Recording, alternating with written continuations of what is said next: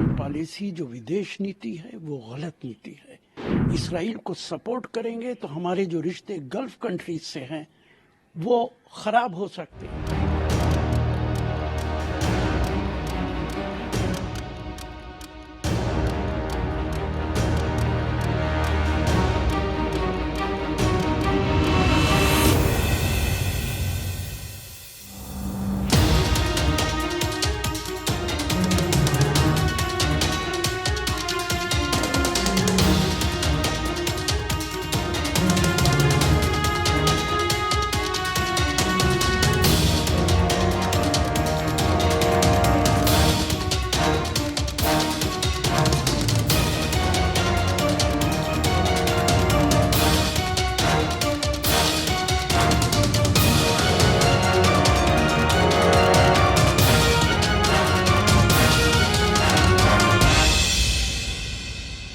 दुर्भाग्यपूर्ण है।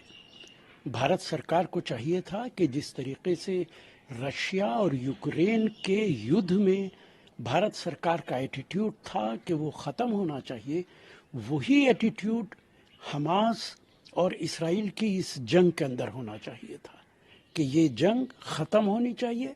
United nation से कहना चाहिए था, दोनों से कहना चाहिए था कि सिविलियंस मारे जा रहे हैं, बच्चे मारे जा रहे हैं, सीज फायर होना चाहिए। और सरकार का सपोर्ट तो इजराइल के फॉरेन पॉलिसी जो विदेश नीति है वो गलत नीति है।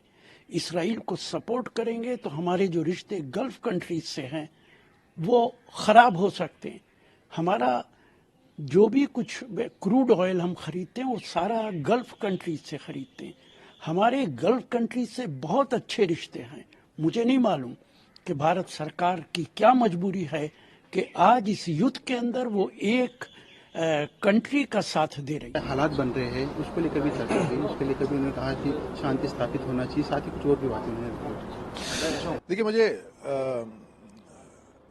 स्पेसिफिकली एग्जैक्टली मुझे ये नहीं पता कि सीवीसी के अंदर क्या उन्होंने रेजोल्यूशन पास करा है, बट मेरी एक लिमिटेड सोच ये है कि मिनिस्ट्री ऑफ एक्सटर्नल अफेयर्स, उनकी जिम्मेदारी होती है कि वो देश का क्या आउटलुक है उस इंटरनेशनल जो भी एपिसोड हो रहा है, जो डिप्लोमेटिक इशू है, उस पे मिनिस्ट्री ऑफ एक्सटर्नल अफेयर्स, प्रधानमंत्री जी के कार्यालय द्वारा अपना विचार रखा जाता है। वो देश का विचार होता है।